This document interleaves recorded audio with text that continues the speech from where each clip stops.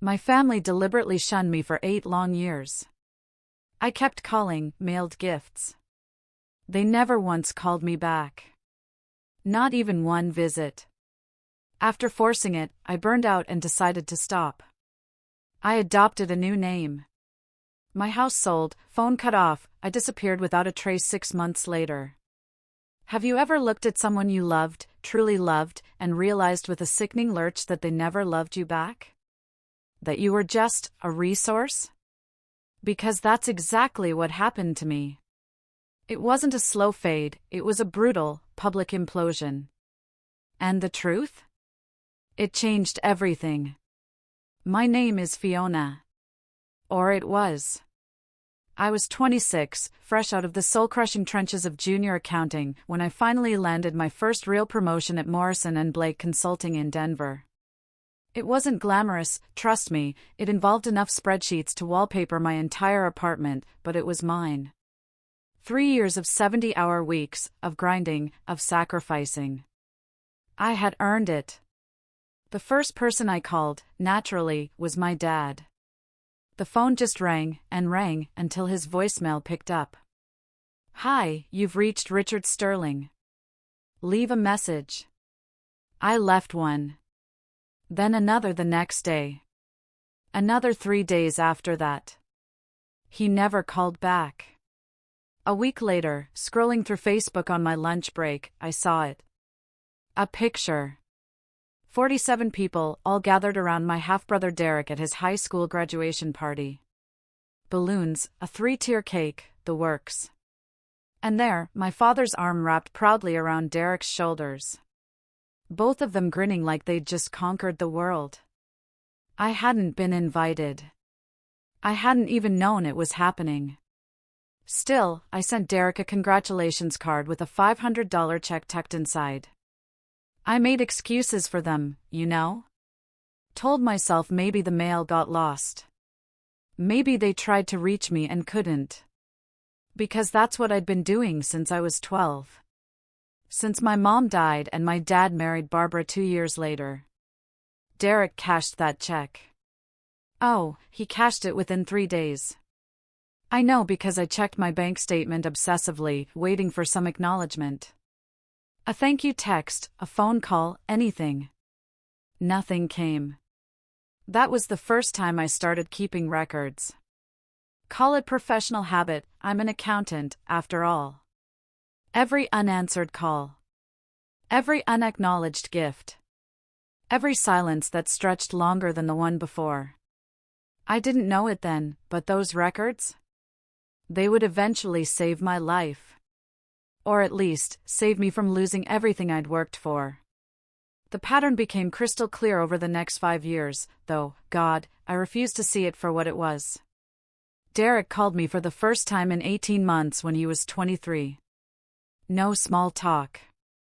No, how are you, sis? Just, I need $8,000 for a startup. It's a sure thing. I'll pay you back in 6 months. I wired the money that afternoon. The startup, some app for matching dog walkers with pet owners, folded 4 months later. Derek never mentioned repaying me. When I brought it up during one of my unanswered voicemails, I got a text back, "Things are tight." You understand? I understood. I always understood. 3 years ago, Barbara texted me for the first time in 26 months. I still remember staring at my phone, heart racing, thinking maybe, finally, something had changed. Her message read, "Emergency roof damage from storm. Need $15,000 for repairs. Your father's credit is maxed. Please help family." I transferred the money within 48 hours, draining half my emergency fund. 2 months later, I saw her Instagram post. Barbara, leaning against a brand new, pearl-white Lexus RX, captioned, "Birthday gift to myself. #blessed #Nookar smell." The roof, as far as I could tell, looked exactly the same in every single photo. $23,000. That's what I'd sent them over 5 years, not counting the smaller gifts, the cards with cash, the subscription boxes at Christmas. $23,000. 0 thank you notes. 0 visits. 0 return calls. But I kept sending birthday cards. I kept trying. Because I still believed blood meant something. That if I just loved them enough, eventually they'd love me back. I was wrong. But it would take me 3 more years to admit it. 14 months. That's how long it had been since anyone in my family had acknowledged my existence in any form. I'd counted. Not because I wanted to, but because the silence had become so absolute that I started marking the days like a prisoner scratching lines into a cell wall. During those 14 months, I called 17 times. Each call went straight to voicemail.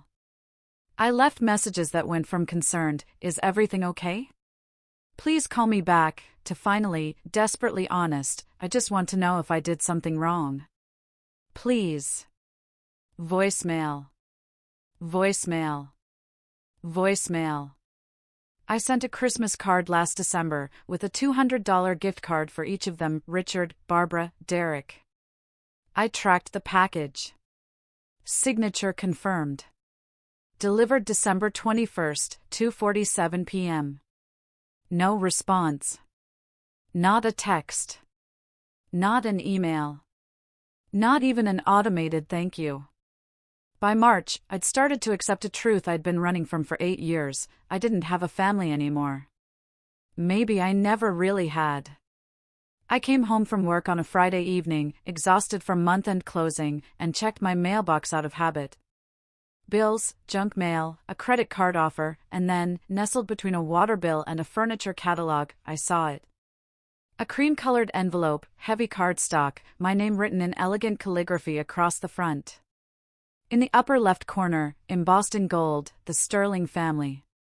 My hands trembled as I opened it. "You are cordially invited to celebrate the 65th birthday of Richard Allen Sterling. The Grand Palazzo Hotel, Houston, Texas. April 15th, 6 p.m. Black tie optional." After 14 months of silence, they'd finally remembered I existed. The question was, why now? I stared at that invitation for 2 hours. 87 guests. That's what the RSVP card indicated. A celebration for close friends, business associates, and cherished family. The Grand Palazzo Hotel was Houston's most exclusive event venue. The kind of place where oil executives and real estate moguls hosted their milestone moments. I'd looked it up online: minimum booking fee of $35,000 for their grand ballroom. This wasn't a casual dinner. This was a statement. And somehow, after 8 years of silence, I'd made the guest list. Don't go. That was Marcus Webb, my colleague and closest friend at Morrison & Blake. We'd worked together for 6 years, and he knew my family situation better than anyone. The unanswered calls. The Huawei money transfers. The holiday cards sent into the void. "Why would they invite you now?" Marcus asked, spinning a pen between his fingers. "After 14 months of nothing? Maybe he's sick?" I offered, feeling a tiny, desperate flicker of hope. Maybe this is his way of reaching out. Marcus shook his head slowly. "People don't change after 8 years without a reason, Fiona. Not good reasons, anyway." He paused. "Let me check something before you book a flight. Sterling Investments, right? Your dad's company." I nodded. "Public filings are available through the Harris County Clerk's office. Real estate LLCs have to report certain things. Let me just take a look, as a favor." I wanted to argue. I wanted to believe the invitation meant my father had finally realized what he'd been missing. That he wanted his daughter back in his life. But the accountant in me, the part that had been keeping records for 8 years, knew Marcus was right. Something about this invitation didn't add up. "Okay," I said quietly. "Check. But I'm probably going anyway." Marcus called me 3 days later, at 9:47 p.m. I was in my pajamas, halfway through a glass of wine, trying not to think about whether I should buy a new dress for the party. "You need to see this," he said. "I'm sending you a file right now." My laptop chimed. The email contained a PDF, 17 pages of public filings, court documents, and lien records for Sterling Investments LLC. What I read made my stomach drop. Sterling Heights. That was my father's flagship project. 12 luxury townhouses in a gated community on the outskirts of Houston. According to these documents, construction was 7 months behind schedule. The original completion date was September of last year. It was now April, and the frames weren't even finished. It got worse. 3 contractors had filed lawsuits for non-payment: Martinez Construction for $89,000. Apex Electrical for $67,000. Premier Plumbing for $124,000. Total outstanding, $280,000. The bank loan from First National, $2.1 million at 8.5% interest, had an extension deadline of April 20th. That's 5 days after the birthday party. If he doesn't secure additional capital by the 20th, Marcus explained, his voice grim, the bank can call the entire loan, force a sale. The project goes into receivership. I did the math. Even selling the partially completed units wouldn't cover the debt. Richard Sterling was about to lose everything. And how much would he need to stay afloat? Roughly $150,000. Just enough to pay the contractors and convince the bank to extend. I had $127,000 in my savings account. Suddenly, the invitation made perfect sense. "They don't want me there," I whispered, a cold dread settling in my chest. "They want my money." I bought the plane ticket anyway. $342, one way. Denver to Houston, April 14th, arriving at 6:15 p.m., the night before the party. I told myself I needed to see this through. I needed to look my father in the eyes and understand, once and for all, whether I'd ever been anything more than a financial safety net. But I wasn't going in blind. Not this time. The night before my flight, I spent 4 hours printing documents. Bank statements from the last 8 years showing every transfer I'd made to the Sterling family. Dated, annotated, highlighted. Screenshots of text messages. Call logs from my phone carrier. Receipts for gifts sent via registered mail with signature confirmation.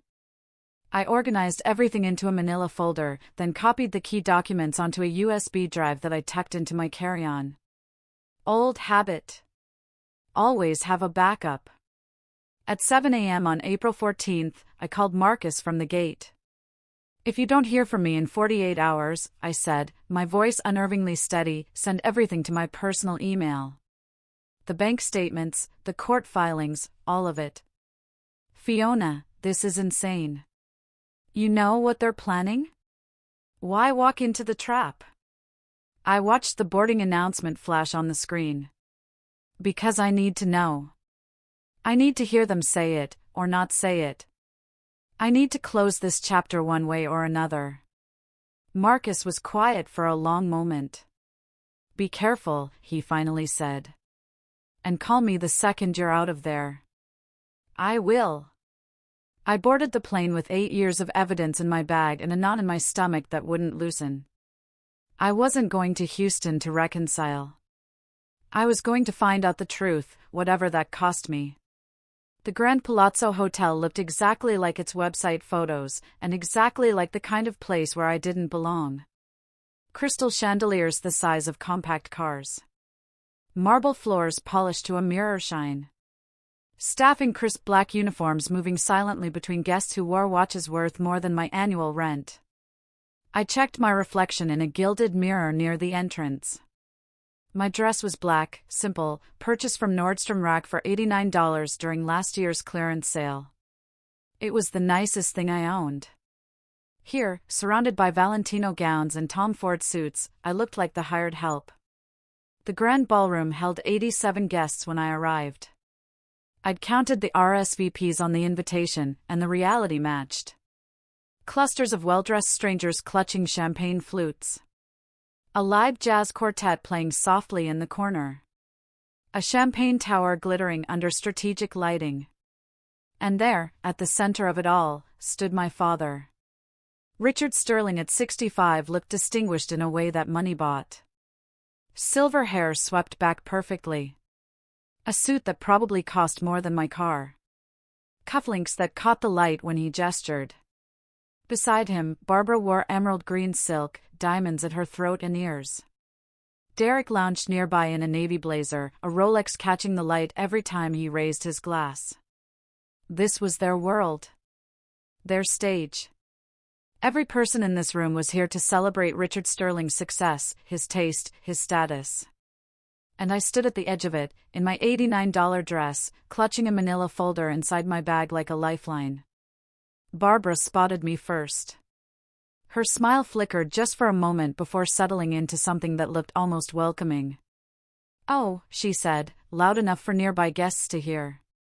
"You actually came." My father turned at Barbara's words, and for a split second, I saw something flash across his face. Surprise. Calculation. It vanished before I could name it, replaced by a wide smile that didn't reach his eyes. "Fiona!" He crossed the distance in 3 strides, arms outstretched. "My daughter! It's been too long." 8 years, Dad. "Has it really?" He pulled me into a hug that felt rehearsed. "Time flies. You look wonderful." I called 288 times. You never answered. Barbara inserted herself smoothly, her hand on my father's arm. "We've been so busy with the business, darling. You know how it is. Real estate never sleeps." Derek drifted over, champagne sloshing slightly in his glass. "Hey, sis, looking good. Got anything exciting going on? New job? New investments?" My stomach clenched. "Do you need more money for another startup, Derek?" His smile tightened. "Just making conversation." Around us, guests glanced our way with polite curiosity. The prodigal daughter returned for the patriarch's celebration. I could see them constructing the narrative in their heads, family reunion. Heartwarming moment. Perhaps a toast later about the importance of togetherness. They had no idea. My father's hand found my elbow, steering me gently toward the far side of the ballroom. "Come, I want to introduce you to some people. We have so much to catch up on." His grip was firm, purposeful. Barbara caught his eye and gave a small nod. Something passed between them, a signal, a confirmation. They'd planned this. Whatever came next, they'd rehearsed it. "Actually," Richard said, lowering his voice as we approached a side door. "There's something important I need to discuss with you first. In private." The trap was closing. And I was walking straight into it. Before we could reach the side door, the band stopped playing. A spotlight swung toward the small stage at the front of the ballroom. My father's hand tightened on my elbow. "Wait," he said. "First, this." He guided me toward the stage, and I realized with growing unease that he intended for me to stand beside him, in front of everyone. The event coordinator handed Richard a microphone. 87 faces turned our way. "Friends, colleagues, family," Richard began, his voice rich with practiced warmth. "Thank you all for being here to celebrate this milestone with me. 65 years, and I owe every success to the people in this room." Polite applause. Champagne glasses raised. "But tonight, I want to acknowledge someone very special." He turned to me, and I felt the weight of every gaze in the room. My daughter, Fiona, has finally come home after many years away. The Sterling family has always valued unity above all else, and having her here tonight means more than I can express. The applause swelled. Smiles everywhere. A woman near the front dabbed at her eyes. They were buying it. Every single person in this room was watching Richard Sterling play the loving father, welcoming his estranged daughter, and they believed him completely. I saw a man in a gray suit near the bar, notebook in hand, scribbling rapidly. Press? Of course, there was press. This wasn't just a birthday party. It was a performance. Family always comes first, Richard concluded, squeezing my shoulder. No matter how far we wander, we always find our way back home. More applause. Camera flashes. I stood there, a smile frozen on my face, understanding with perfect clarity what was happening. He wasn't welcoming me back. He was rewriting history. And 8-7 witnesses had just watched him do it. The side room was smaller than I expected. A private parlor adjoining the ballroom, decorated in the same opulent style, but without the crowd. A mahogany table sat at its center, and on that table lay a stack of documents. Barbara and Derek were already inside, waiting. The door clicked shut behind us, muffling the sounds of the party. Now we can talk, Richard said, gesturing toward the papers. Have a seat, sweetheart. I didn't sit. I walked to the table and looked at the top document, Authorization of Fund Transfer. Sterling Investments LLC. Account number partially redacted. An amount line left blank, but with $127,000 written in pencil beside it. Someone's note to themselves. What is this? I asked, my voice flat. An opportunity. Richard settled into a chair across from me, relaxed, confident. Sterling Heights is going to be the most prestigious development in Harris County. Pre-sales are already exceeding projections.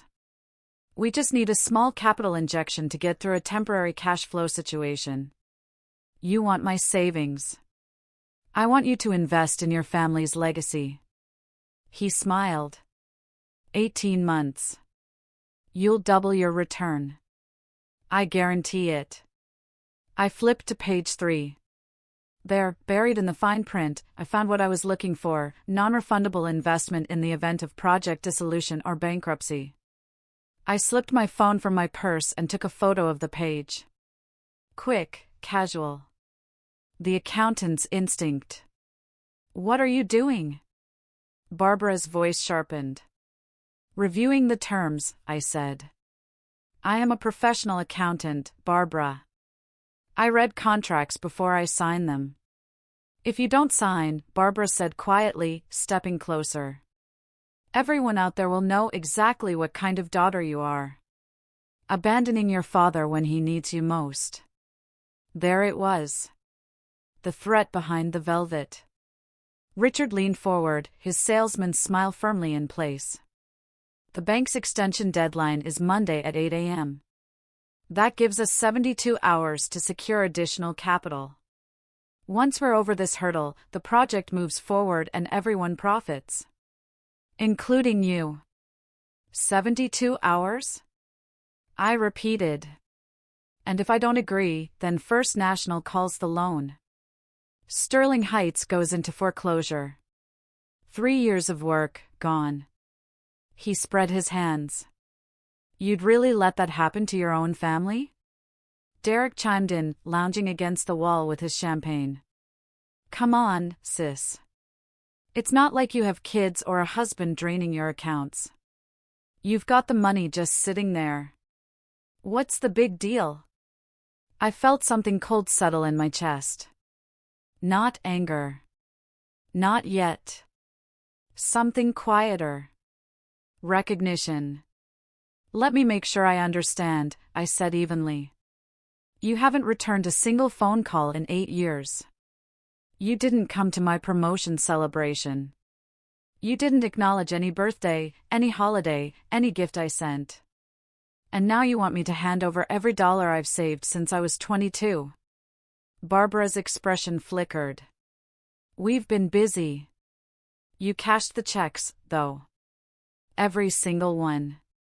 Derek's $8,000 for a startup. Your $15,000 for the roof repair. I looked at Barbara. That was a nice Lexus, by the way. Silence. Richard's smile had tightened. This isn't about the past, Fiona. This is about family stepping up when it matters. You raised me until I was 18, I said. That was your legal obligation. After that, I paid my own way. $68,000 in student loans. 9 years to pay them off. Don't frame your obligation as a favor I need to repay. Barbara stepped forward, and I saw the calculation in her eyes. If you won't sign in here, she said, perhaps we should discuss this somewhere more public. I should have seen it coming. Barbara didn't wait for my response. She turned on her heel, threw open the door to the ballroom, and raised her voice loud enough to cut through the jazz quartet and champagne chatter. Everyone, please, I need your attention. The music faltered. Conversations died. 87 faces turned toward us. Barbara positioned herself in the doorway, framed perfectly by the light, one hand pressed dramatically to her chest. I'm so sorry to interrupt, she said, her voice trembling with rehearsed emotion. But I need you all to know what's happening. Richard's daughter, the one he welcomed home tonight with open arms, has just refused to help her own father in his time of need. Murmurs rippled through the crowd. 8 years. Barbara's voice rose. 8 years she's been gone, never called, never visited. And now, when her father asks for help, a simple family investment, she says no. Right here at his birthday celebration. I stood frozen in the doorway, watching the narrative spin out of her control and into mine. No, that wasn't right. This was her control. Every word calculated to make me the villain. We tried so hard to reach her, Barbara continued, dabbing at dry eyes. All those years. But she was too busy with her life in Colorado. Too busy for her own family. Barbara, Richard's voice was sharp. That's enough. But it wasn't enough. Not for her. She'd found her audience, and she was playing to them with the skill of someone who'd spent decades performing the role of devoted wife and stepmother.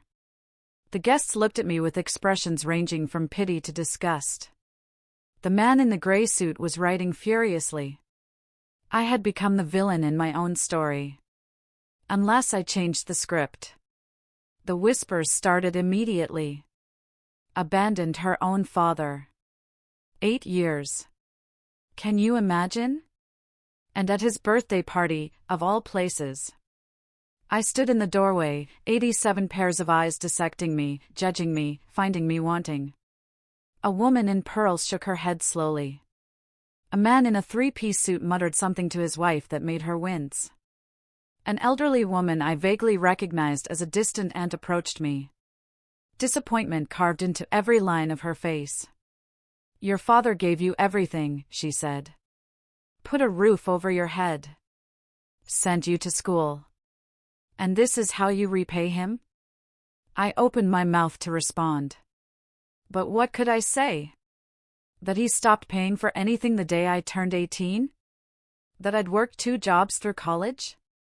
That I'd sent them $23,000 over 5 years and never received so much as a thank you? They wouldn't believe me. They'd already chosen their story. The journalist in the gray suit was watching me with undisguised interest, his pen hovering over his notebook. I could see the headline forming behind his eyes: Family drama erupts at real estate mogul's birthday gala. Richard stood behind Barbara now, his expression carefully neutral, letting his wife do the dirty work while he maintained plausible deniability. Derek smirked from the champagne table. And something shifted inside me. 8 years. 288 unanswered calls. $23,000 sent into a void. And this public humiliation was how they treated me when I finally said no?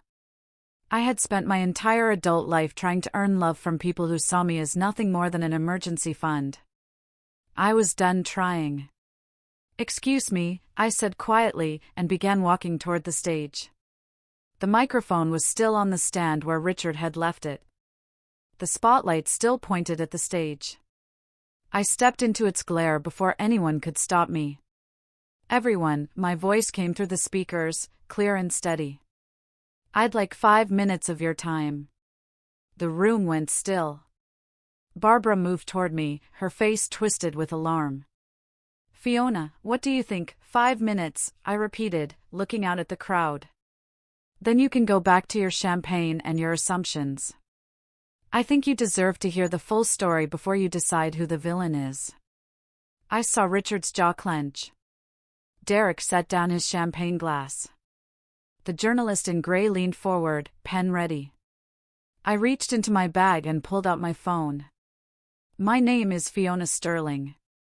I'm 34 years old. I'm a senior management accountant at Morrison & Blake Consulting in Denver. And I've been trying to stay connected to this family for 8 years. I looked at Barbara, at Richard, at the 87 witnesses who had already decided I was the ungrateful daughter who abandoned her dying father. You've heard one version of this story tonight. Now, let me show you another. My hands were steady as I connected my phone to the ballroom's display system, the same system they'd used earlier for the slideshow of Richard's greatest achievements. The main screen behind me flickered to life. I've been silent for 8 years, I said. I've sent money when asked, called when ignored, and made excuses for people who couldn't be bothered to remember my birthday. Tonight, I'm going to stop being silent. I pressed play. Let's start with the numbers. Pause for dramatic effect. Hey everyone, before I continue, I have to ask, what would you have said up there, in front of 87 people who already thought you were the villain? Would you have walked away, or would you have fought back? Let me know in the comments below. And if you're new here, hit that subscribe button and the notification bell so you don't miss what happens next. Now, let me tell you exactly what I showed them. The first document appeared on the screen behind me.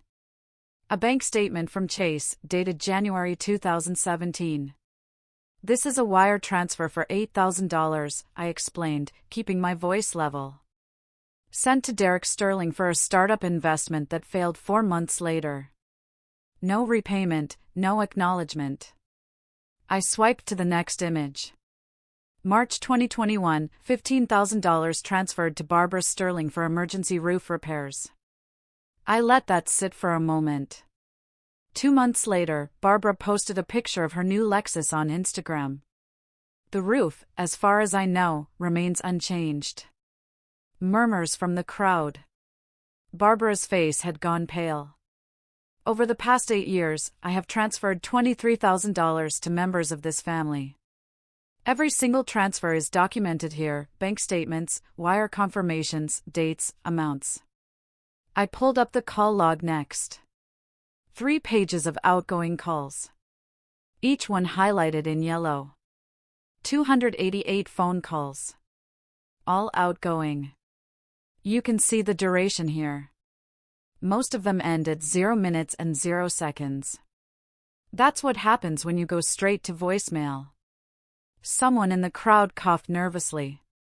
And here, I switched to a screenshot, are the only 2 text messages I've received from this family in 8 years. Both requesting money. No, how are you? No, happy birthday. No, we miss you. The elderly aunt who'd scolded me earlier was staring at the screen with her mouth slightly open. I'm not asking you to feel sorry for me, I said. I'm showing you facts. Because someone just told this room that I abandoned my family. The numbers suggest a different story. I looked directly at Richard. Your turn to explain, Dad. Or should I keep going? Richard's face had gone from confident to granite. He didn't move. Fine, I said. Let me continue. I pulled up the next set of documents, the public filings Marcus had sent me. Sterling Heights. 12 luxury townhouses. My father's flagship project. I pointed to the screen. These are public records from the Harris County Clerk's office. Anyone in this room can verify them. The first filing appeared. A lawsuit from Martinez Construction, dated October of last year. $89,000 in unpaid invoices. 3 contractors are currently suing Sterling Investments for non-payment. Total outstanding, $280,000. I heard someone gasp. An older gentleman near the bar set down his drink very carefully. The project is 7 months behind schedule. The bank loan, $2.1 million from First National, has an extension deadline of April 20th. That's 5 days from now. I pulled up the final document. The authorization of fund transfer I'd photographed 30 minutes earlier. This is what they asked me to sign tonight. I pointed to the screen. See this clause here? Non-refundable investment in the event of project dissolution. That means if the project fails, which it very well might, I lose everything. The room had gone completely silent. They didn't invite me to this party because they missed me, I said, my voice cutting through the heavy air. They invited me because they needed $127,000. That's my entire life savings. 12 years of work. And they wanted me to hand it over with no recourse if it all collapses. I looked at the journalist who was writing so fast his hand was blurring. You want to verify any of this?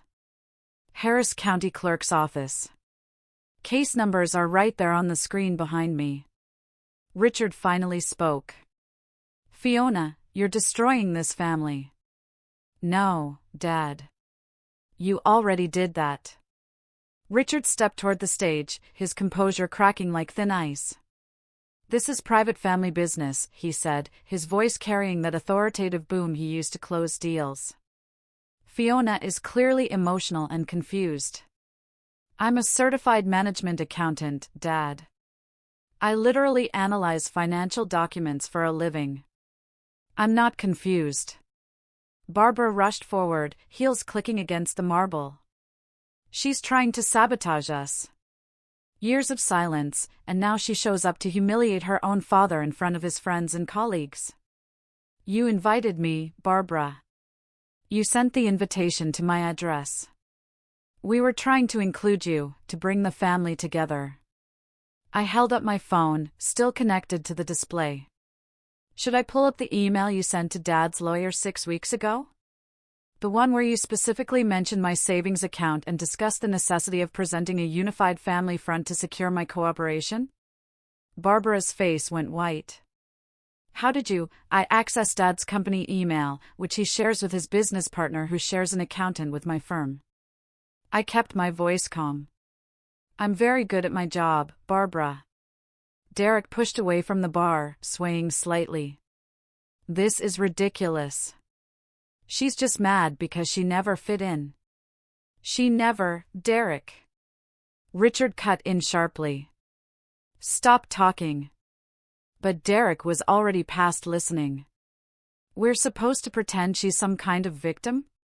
She left. She moved across the country and barely called. 288 calls, I said quietly. Would you like me to show the log again? Silence. The journalist's pen had stopped moving. He was just staring now, transfixed by the unfolding disaster. In the crowd, I saw a man I recognized from the news, a real estate developer who had partnered with my father on 2 previous projects. He was already heading for the exit. The first person to speak was not who I expected.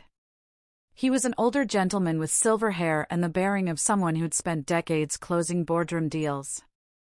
I recognized him from the earlier slideshow, Gerald Morrison, one of my father's oldest business associates.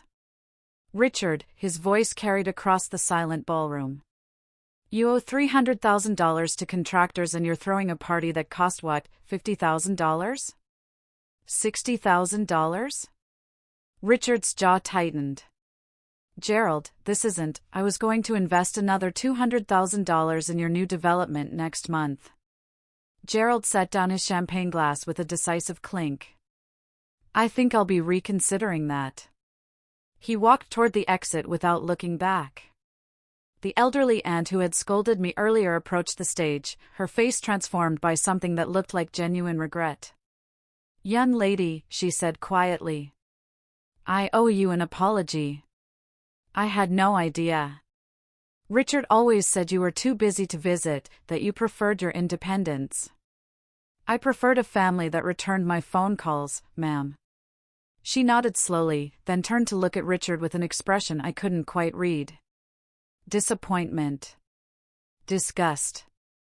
Both. More guests were leaving now. Not rushing, this crowd was too polished for that, but definitely leaving. The whispers had changed direction, lawsuits against contractors. Tried to take her savings. She had receipts for everything. I saw Barbara trying to intercept departing guests, her smile desperate. This is all a misunderstanding.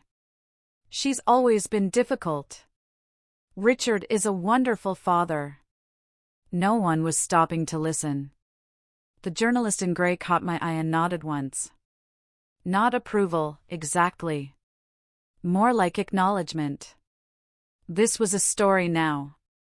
It would be in print by morning.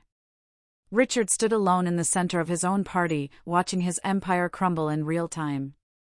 I stepped down from the stage. The remaining guests parted from me like I was carrying something contagious. Or maybe something they didn't want to catch. Failure. Scandal. The truth. Richard intercepted me halfway to the door. Up close, I could see the lines around his eyes, the gray at his temples, the desperate calculations still working behind his expression. Fiona, his voice had dropped low, for only me to hear. You've made your point. Now, let's talk about how we fix this. There's nothing to fix, Dad. I'm your father. Doesn't that mean anything? I looked at him, really looked, and I felt something I hadn't expected. Not anger. Not triumph. Just a deep, hollow sadness. I spent 8 years trying to be your daughter, I said. You spent 8 years treating me like a backup bank account. I'm done auditioning for a role I was never going to get. I pulled the authorization of fund transfer from my bag, the copy I'd photographed earlier. Slowly, deliberately, I tore it in half, then in quarters. This is my answer. I placed the pieces in his hand. Barbara was crying now. Real tears, or a performance? I couldn't tell. Derek had disappeared, probably to the open bar. The remaining guests pretended to examine the ceiling, the chandeliers, anything but the dying patriarch of Sterling Investments. I walked to the exit and paused at the doorway. I tried for 8 years, I said, loud enough for anyone still listening to hear. I don't need your approval anymore. From tonight, you don't have a daughter. I stepped into the Houston night, the door swinging shut behind me. For the first time in 8 years, I felt like I could breathe. But this wasn't the end. It was just the beginning of what came next. I called Marcus from the Houston airport at 11:47 p.m. I saw the video, he said before I could speak. Someone posted it on Facebook 20 minutes ago. Fiona, are you okay? I'm okay. I was surprised to find it was true. I'm at the airport, taking the red-eye home. Video's already got 1,200 views. Comment section is intense. I hadn't thought about the phones. Of course, people had recorded it. 87 witnesses with smartphones, and I just put on the performance of my life. It's going to get worse before it gets better, I said. The journalist was from the Houston Business Journal. This will be in print by morning. Let it be. Marcus's voice was firm. You told the truth. That's all you did. I watched a plane take off through the terminal window, its lights disappearing into the darkness. I'm going to change my name. Silence on the line.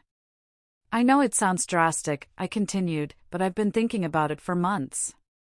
I don't want to be Fiona Sterling anymore. I don't want that name. I don't want any connection to them. Is that even possible? Yes. Colorado allows legal name changes for any reason that isn't fraud-related. I've already researched the process.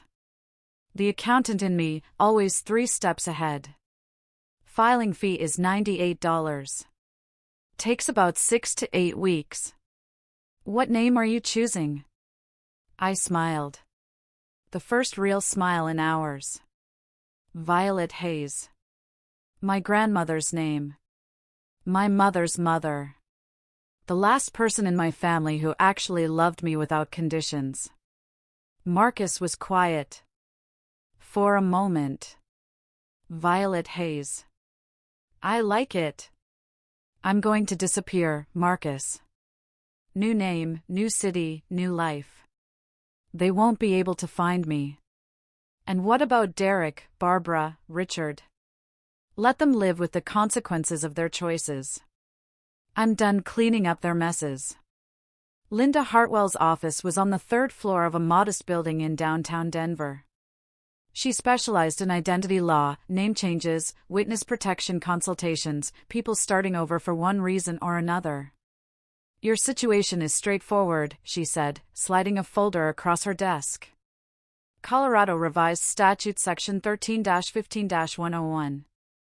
You can petition for a legal name change as long as you're not doing it to evade creditors, escape criminal liability, or commit fraud.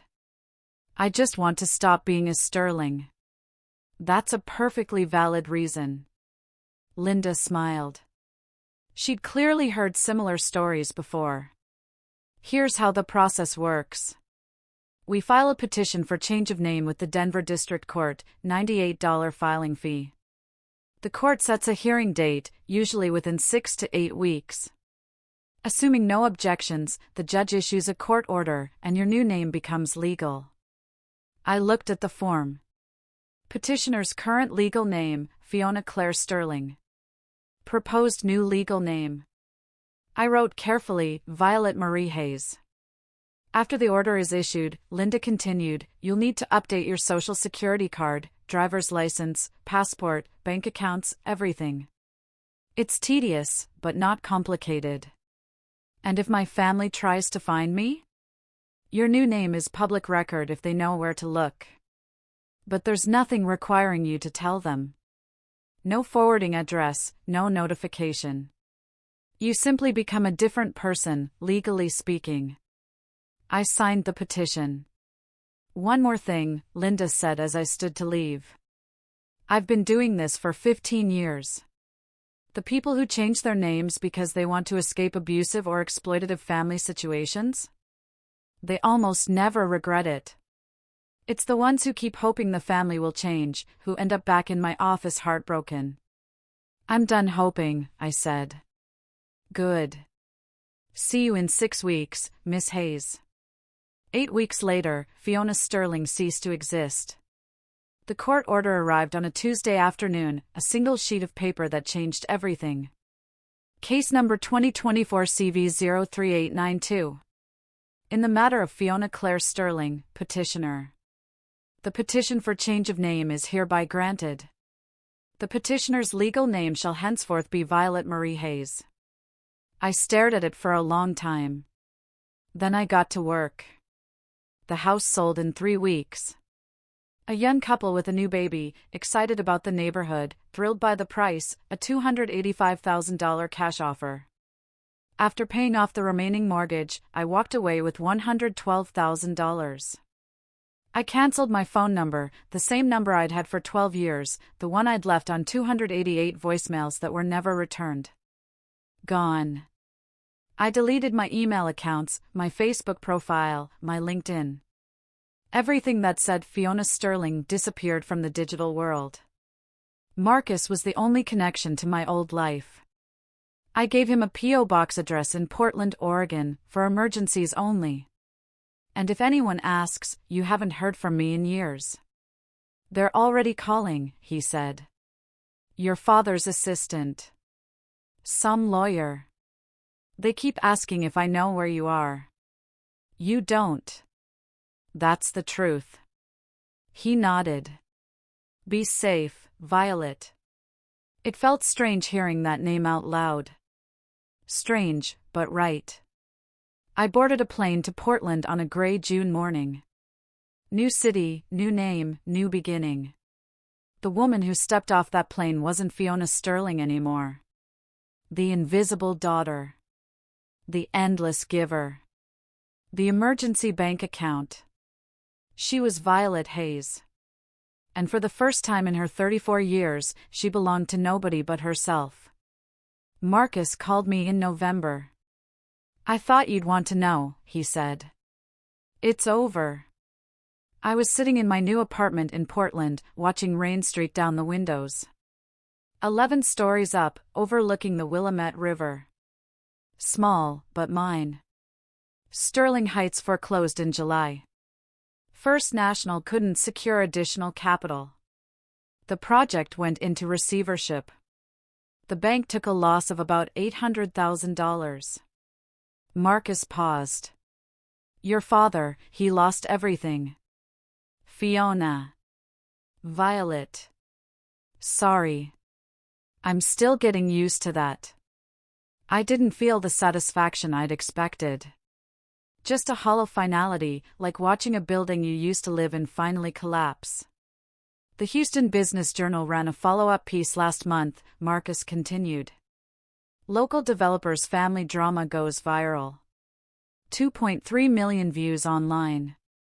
They interviewed some of the guests from the party. Nobody's investing with him anymore. And the house? River Oaks property went on the market in September. He needed to sell to cover the contractor lawsuits. The article said he's renting a condo in the suburbs now. I thought about the man I'd seen at the party. Silver hair, Tom Ford suit, surrounded by admirers. The patriarch of the Sterling family, master of his domain, now living in a rental condo, his reputation in ruins. The Houston Real Estate Investors Association voted to revoke his membership, Marcus added. Conduct unbecoming, or something like that. He's essentially blacklisted from every major deal in the city. I closed my eyes. Thank you for telling me. Are you okay? Was I? I wasn't sure. I didn't feel victorious. I didn't feel vengeful. I just felt distant, like I was reading about someone else's life. I'm okay, I said. I'm building something new. Derek tried to find me first. Marcus told me about it in January. My half-brother had apparently spent 3 weeks attempting to track me down through every channel he could think of. He messaged my old Facebook account, deactivated. Called my old phone number, disconnected. Emailed my old Gmail account, no longer exists. He showed up at Morrison and Blake Consulting asking for Fiona Sterling. The receptionist told him, no one by that name works here. Because Violet Hayes' personnel file made no mention of a previous identity. He even drove to my old house in Denver. The new owners, understandably confused, told him the previous owner had moved 6 months ago. No forwarding address. No, they didn't know where. He seems desperate, Marcus said. Not hostile, just lost. I processed this information carefully. Derek had never been cruel, just entitled, thoughtless. The product of parents who'd given him everything and expected nothing. He sent a letter to your old address, Marcus continued. The new owners forwarded it to me, since I handled the sale paperwork. Do you want me to send it to you? I thought about it for a long moment. Yes. The letter arrived a week later, handwritten on plain notebook paper. Derek's penmanship had always been terrible. I remembered teasing him about it when we were younger, before everything fell apart. Fiona, or whatever you're called now, I know you probably won't read this. You've probably thrown away everything I've sent. But I'm going to keep trying because that's all I know how to do anymore. I'm working at Best Buy now. Floor sales. Minimum wage plus commission. It's humiliating and exhausting, and the best thing that ever happened to me. For the first time in my life, I'm earning something instead of just receiving it. Dad lost everything. You probably know that. Mom, Barbara, she moved out last month. They're getting divorced. He's alone in that condo, drinking too much, calling old contacts who won't take his calls. I'm not asking you to feel sorry for him. I'm not even asking you to forgive me. I'm asking you to know that I understand now what it's like to work for something. What it's like to be ignored by people who are supposed to care. What it's like to realize you were wrong about everything. I'm trying to be better. I don't know if I'll succeed, but I wanted you to know I'm trying. Your brother, if you'll still have me, Derek. I folded the letter and put it away. I wasn't ready. Not yet.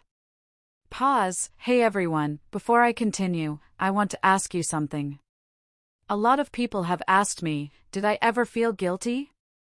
Did I miss my family? Would I ever give Derek a second chance? I'll answer that in a moment. But first, if you're still watching, please take a second to like this video. It really helps the channel, and it lets me know these stories matter to you. Okay, let me tell you what happened next. Barbara's downfall was quieter than Richard's, but no less complete. I heard about it through Marcus, who heard about it from a colleague who'd attended a charity gala in Houston. The kind of event Barbara used to dominate: designer gown, strategic positioning, air kisses with the right people. She hadn't been invited this year. Word had spread through the social circles that mattered to her: the video from the party, the lawsuits, the foreclosure, but mostly the video. Someone had edited it down to the key moments: Barbara's public accusation, my evidence, her face going white when I mentioned her Lexus. 300,000 views across various platforms. The comments were brutal. Imagine trying to steal your stepdaughter's savings and calling her ungrateful. The stepmother from every fairy tale, except this is real life. Queen of gaslighting caught on camera. Her friends, the women she'd brunched with, vacationed with, competed with for decades, had quietly dropped her from their group chats, their dinner parties, their lives. Nobody wanted to be associated with the woman from that video. The country club membership lapsed when they couldn't pay the dues. The Lexus was sold. The diamonds Barbara had worn to Richard's birthday were now in a pawn shop somewhere. And the marriage, according to Marcus's sources, was hanging by a thread. Richard blames her for the public confrontation, he reported. Says if she just kept quiet, they could have handled it privately. They've been fighting constantly. I imagined them in their rental condo, the walls closing in, each of them pointing fingers at the other while their carefully constructed lives crumbled around them. I didn't feel sorry for Barbara, but I didn't feel triumphant either. I just felt free. My father hired a private investigator in February. Marcus discovered this by accident.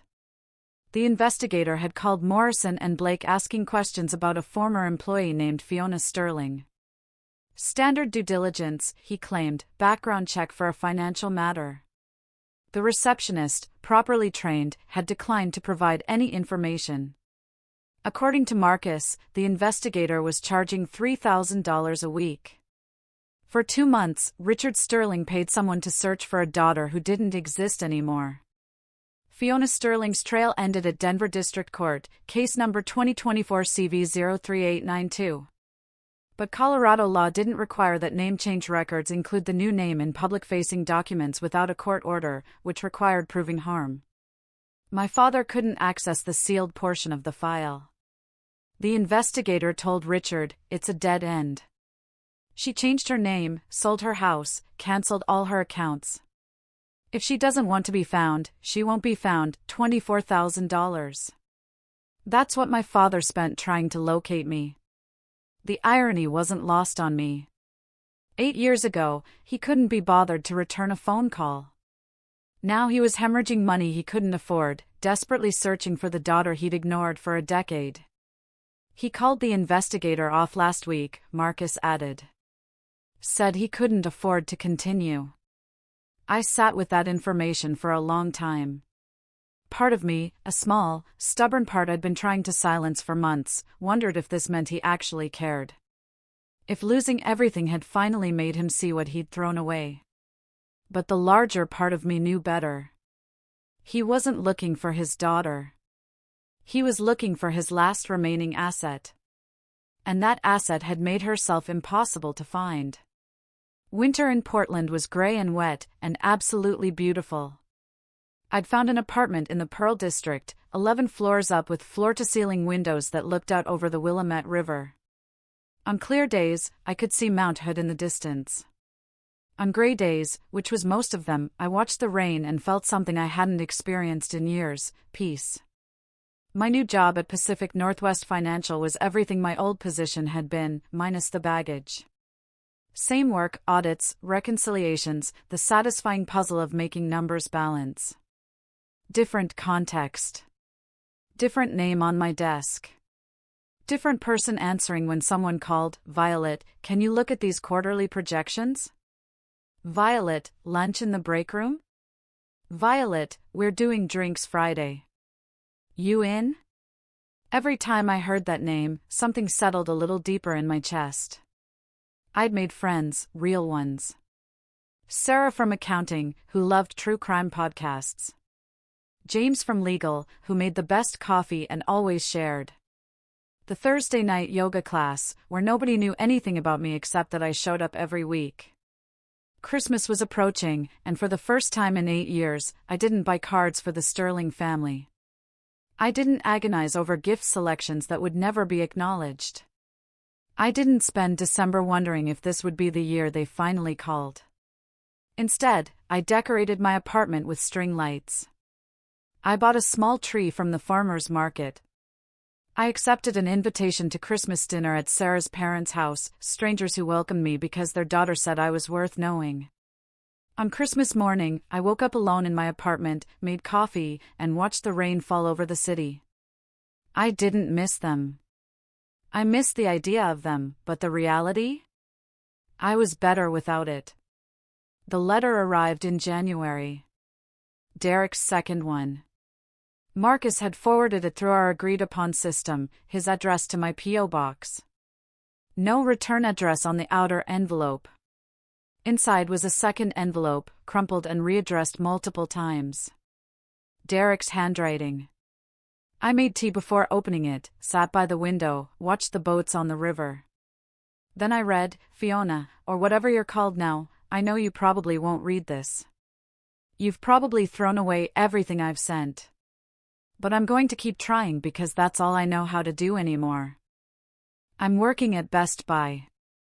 Floor sales. Minimum wage plus commission. It's humiliating and exhausting, and the best thing that ever happened to me. For the first time in my life, I'm earning something instead of just receiving it. Dad lost everything. You probably know that. Mom, Barbara, she moved out last month. They're getting divorced.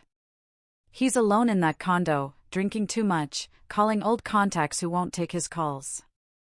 I'm not asking you to feel sorry for him. I'm not even asking you to forgive me. I'm asking you to know that I understand now what it's like to work for something. What it's like to be ignored by people who are supposed to care. What it's like to realize you were wrong about everything. I'm trying to be better. I don't know if I'll succeed, but I wanted you to know I'm trying. Your brother, if you'll still have me, Derek. I folded the letter and put it back in its envelope. Then I got a fresh sheet of paper and wrote my response. Short. Clear. Honest. Derek, I read your letter. I'm glad you're learning, but I'm not ready for a relationship with anyone from that family. Maybe someday, maybe never. I hope you understand, Violet. I mailed it the next day. No return address. Here's what nobody tells you about setting boundaries: it feels selfish until it doesn't. For 8 years, I'd measured my worth by how much I could give to people who never gave back. Every unanswered call was a test I'd failed. Every ignored gift was proof I wasn't trying hard enough. I'd built my entire identity around being the good daughter, the reliable one, the family member who always showed up. And what had it gotten me? A spot at a birthday party designed to extract my life savings. Sitting in my Portland apartment, watching the winter rain, I finally understood something that had taken me 34 years to learn. Boundaries aren't walls. They're not about shutting people out. They're about deciding who gets access to your life and on what terms. I didn't hate Richard. I didn't hate Barbara. I didn't even hate Derek, who was finally starting to become the person he should have been all along. I just didn't have space for them anymore. My therapist, yes, I'd started seeing one, a gentle woman named Dr. Coleman, who specialized in family estrangement, called it radical acceptance.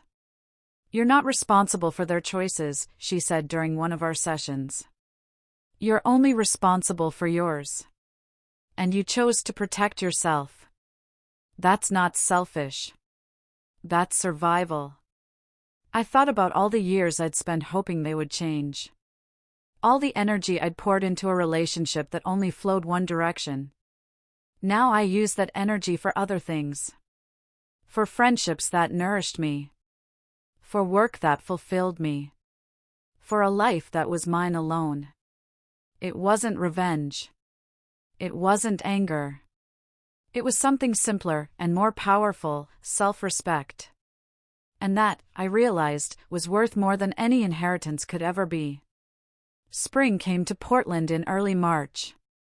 Cherry blossoms lining the streets. Sunshine breaking through the clouds. The whole city exhaling after months of gray.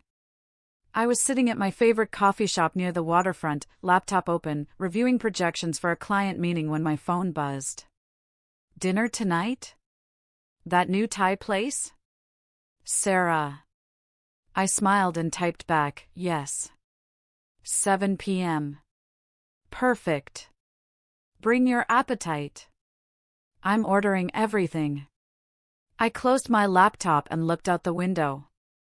A young couple walked by with a stroller. An old man fed pigeons on the corner.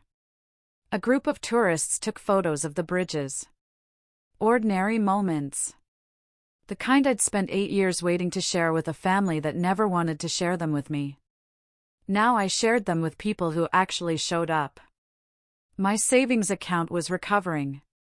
Slower than before, but steady. Pacific Northwest Financial had offered me a senior position with a raise. I was thinking about buying a small condo, maybe something with a view of the river. For the first time in my life, I was making plans without factoring in what my family might need from me. I used to think that family was blood. That being a Sterling meant something fundamental about who I was and what I owed. That if I just tried hard enough, loved hard enough, gave enough of myself, eventually they would love me back. I was wrong. Family is the people who choose to be in your life. Who call you back. Who show up without being asked. Who want nothing from you except your presence. I'm Violet Hayes, now 35 years old, accountant, and for the first time in my life, I know exactly who my family is. They're the ones who chose me. Just as I am. Thank you for staying with me until the end of my story. If you've ever been treated like an ATM by the people who were supposed to love you, if you've ever felt invisible in your own family, I want you to know you're not alone. And walking away isn't giving up. Sometimes, it's the bravest thing you can do. Please like this video if my story resonated with you. Subscribe and hit the notification bell so you don't miss the next one. And check out the other stories in the description. I think you'll find something that speaks to you. I'm Violet Hayes. New name, new life. And I'm finally free.